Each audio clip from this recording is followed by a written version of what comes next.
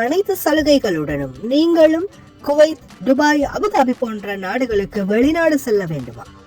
உங்களுக்கான விடுமுறை மற்றும் போனஸ் அனைத்து சலுகைகளுடனும் விதேசி வெளிநாட்டு வேலை வாய்ப்பு மையம். தொடர்புகளுக்கு இப்போதைய அலையுங்கள் 0742800800. அஸ்ஸலாமு அலைக்கும் வரஹ்மத்துல்லாஹி வபரகாத்துஹு. அன்பார்ந்த அனைத்து உறவுகளுக்கும் இனிய காலை வணக்கம். உங்கள் மீது சாந்தியும் சமாதானமும் உண்டாகட்டும். எல்லாம் வல்ல இறைவனை பிரார்த்தித்தவனாக இன்றைக்கும் கோயத்துடைய பல முக்கியமான செய்திகளை பற்றி தான் பார்க்க போகிறோம். வீடியோவை கடைசி வரைக்கும் பாருங்க. தெரியாத நண்பர்களுக்கும் மறக்காம ஷேர் பண்ணுங்க. வீடியோ பிடிச்சிருந்தா ஒரு லைக் பண்ணுங்க, சப்ஸ்கிரைப் பண்ணுங்க, தொடர்ந்தும் சப்போர்ட் பண்ணுங்க. குவைத்துடைய டினார் மதிப்பு மூலதான் பார்த்தலாம். இலங்கைக்கான ரூபாயில் ஒரு தினாரின் மதிப்பு 1069 ரூபாய் 76% உள்ளது. இந்தியாவின் ரூபாயில் ஒரு தினாரின் மதிப்பு 307 ரூபாய் 12% உள்ளது. இது அல் முசைன் எக்ஸ்சேஞ்சினுடைய அப்ளிகேஷன் ஆன்லைன் ரேட் ஆகும். குவைத்துடைய பல பகுதிகளிலையுமே அல் முசைன் எக்ஸ்சேஞ்ச் பிரான்ச் இருக்குது. அதே மாதிரி ஜமியாக்கள்லையுமே அவங்களுடைய மெஷின் இருக்குது. உங்களுடைய பணத்தை அனுப்பி கொள்ள முடியும். குவைத்துடைய பல எக்ஸ்சேஞ்சுகள்லையும் அக்கௌண்ட் நம்பரை மறைச்சிடுறாங்க. இதை பற்றியும் உங்களுக்கு தொடர்ந்துமே தெரியத்தாது. நீங்கள் ஏதாவது ஒரு புதிய எக்ஸ்சேஞ்சுக்கு பழைய பற்றுச்சீட்டோட போகிறீங்களா இருந்தால் நிச்சயமாக அதில் அக்கௌண்ட் நம்பர் சரியாக இருக்கா அப்படின்றத செக் பண்ணிக்கோங்க. அப்படி இல்லாத பட்சத்தில் எழுதிட்டு போனாலும் பிழை இல்லாத அக்கௌண்ட் நம்பரை எழுதிட்டு போங்க. ஏதாவது ஒரு நம்பர் பிழைத்தாலும் கூட உங்களுடைய பணம் நாட்டுக்கு போய் சேராது. அந்த பணத்தை திரும்ப பெறணுமா இருந்தாலும் ரொம்ப நாட்களாகும். மறுபடியும் கட்டணம் செலுத்த வரும். அதே போல் எக்ஸ்சேஞ்சுகளில் பணம் அனுப்பி முடித்ததும் மறக்காமல் பற்றுச்சீட்டை செக் பண்ணி பாருங்கள் எல்லா டீட்டெயில்ஸும் சரியாக இருக்குதான்னு. ஏன்னா நீங்கள் சரியான டீட்டெயில்ஸை கொடுத்துருந்தாலும் கூட எக்ஸ்சேஞ்சில் வேலை பார்க்குறவங்க பிளவுறதுக்கும் வாய்ப்பு இருக்குது. அதை மாதிரி பலருக்குமே நடந்திருக்குது. நீங்களும் உங்களுடைய கஷ்டப்பட்டு சம்பாதிக்கக்கூடிய பணத்தை நல்ல எக்ஸ்சேஞ்சுகள் மூலமாக அனுப்புங்க. எங்கே அதிகமான ரேட் கொடுக்குறாங்க அப்படின்றது தெரிந்தாலும் மறக்காமல் கமெண்டில் மென்ஷன் பண்ணுங்கள்.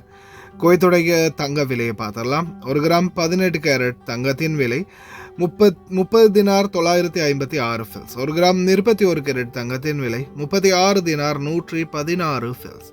1 கிராம் 22 கேரட் தங்கத்தின் விலை 37 தினார் 849 ஃபில்ஸ். 1 கிராம் 20 கேரட் தூய தங்கத்தின் விலை 41 தினார் 275 ஃபில்ஸ். குவைத்துடைய தங்க விலை ஓரளவு ஏறி இறங்கிட்டு இருக்குது. அதே மாதிரி குவைத்துடைய மசகு எண்ணெயின் விலையும் மொத்தமாக சரிஞ்சு போய் இருக்குது அப்படின்ற தகவலை வெளியிட்டிருக்கிறாங்க.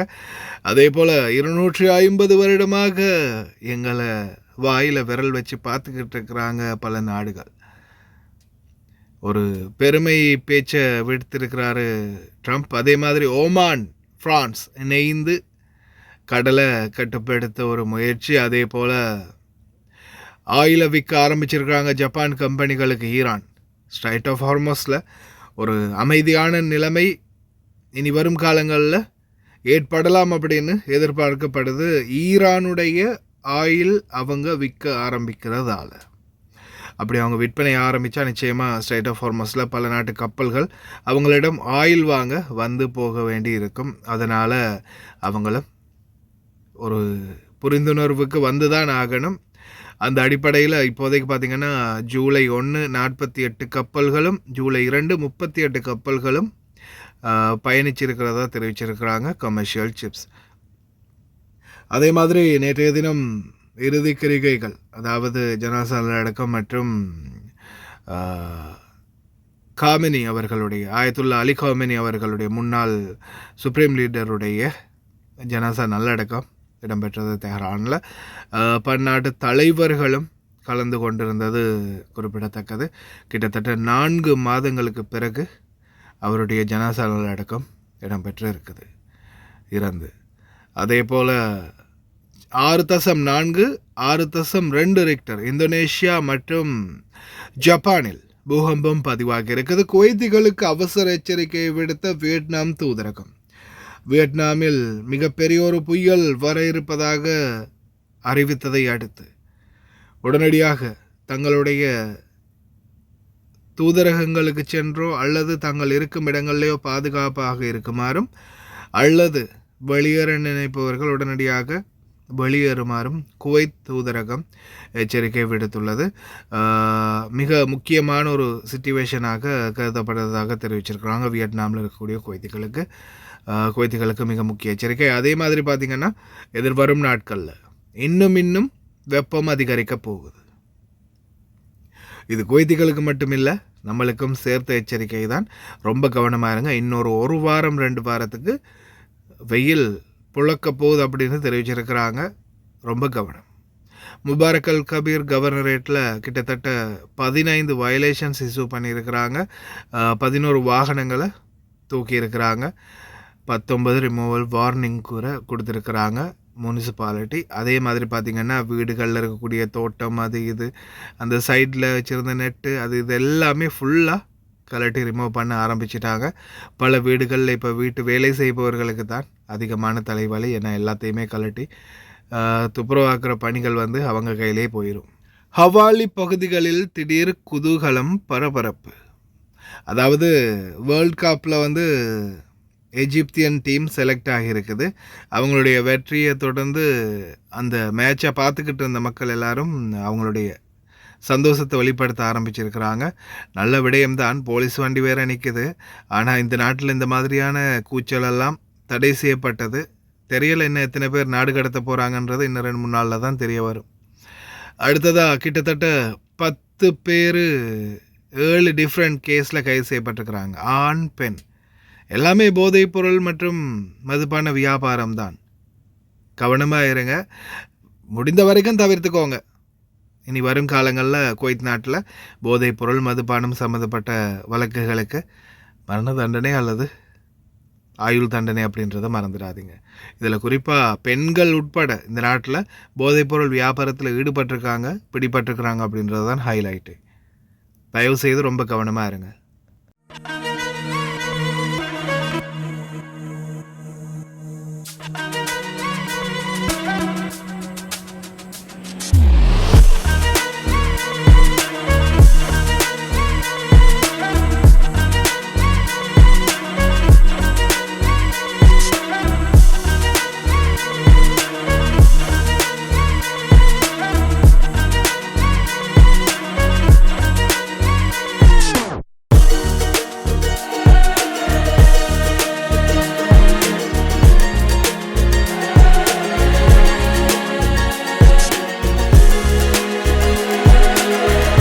For 250 years, the entire world has looked to our country and been inspired by the leaps of progress, feats of strength, and acts of selflessness, faith, and hope that could only have happened right here.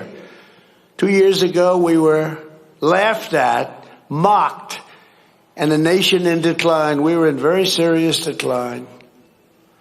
Last administration, what they've done to us, we can never, ever forget that.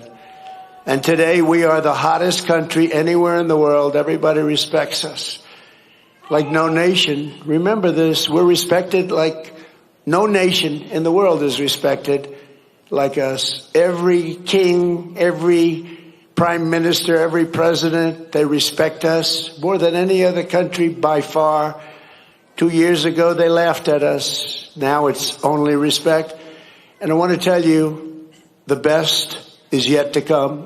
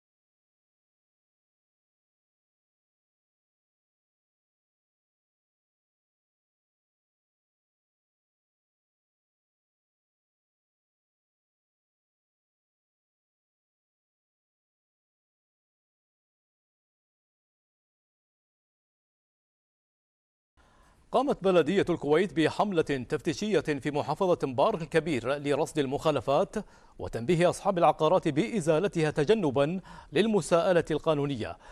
يأتي ذلك ضمن حملة الكويت أجمل بلا تعديات التي تستمر حتى 6 من يوليو الحالي، وتهدف لإزالة التعديات على أملاك الدولة.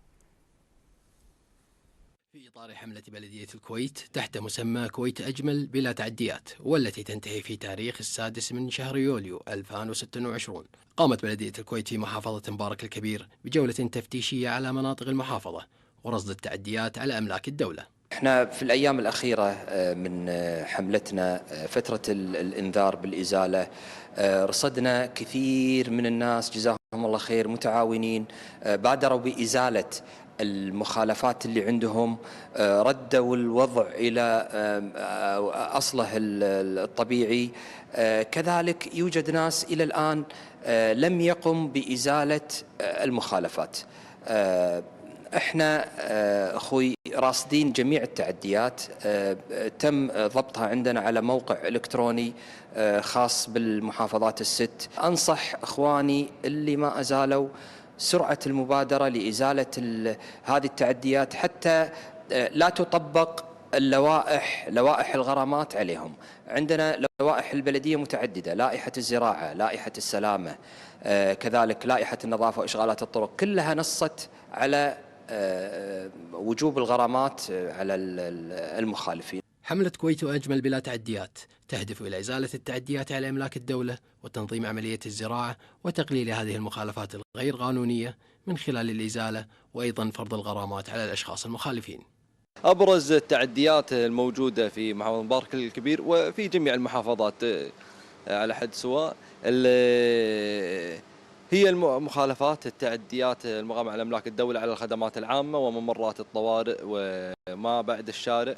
مثل ما تشوفون المخالفات الموجودة من إقامة تسوير وحواجز وأسوار وغرف ودواوين. وهناك للأمانة دور فعال من قبل المواطنين في المبادرة في إزالة تعدياتهم قبل وصول حتى الإنذارات من قبل الفريق الرقابي المختص. صرحت البلدية بأن الحواجز المتحركة غير مسموحة إطلاقا بكافة أنواعها وكافة الأشكال، وستقوم البلدية بفرض العقوبات على الشركة التي تساهم في تركيب هذه الأسوار المتحركة سواء من وضع عجلات أو في أي طريقة كانت، وستقوم بإزالة التعدي مهما كان نوعه.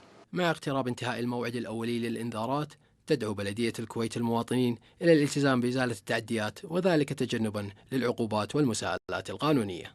كويت جميلة بلا تعديات شعار الحملة التي أقامتها البلدية وتصل إلى أيامها الأخيرة. أنور الشمري، قناة الأخبار.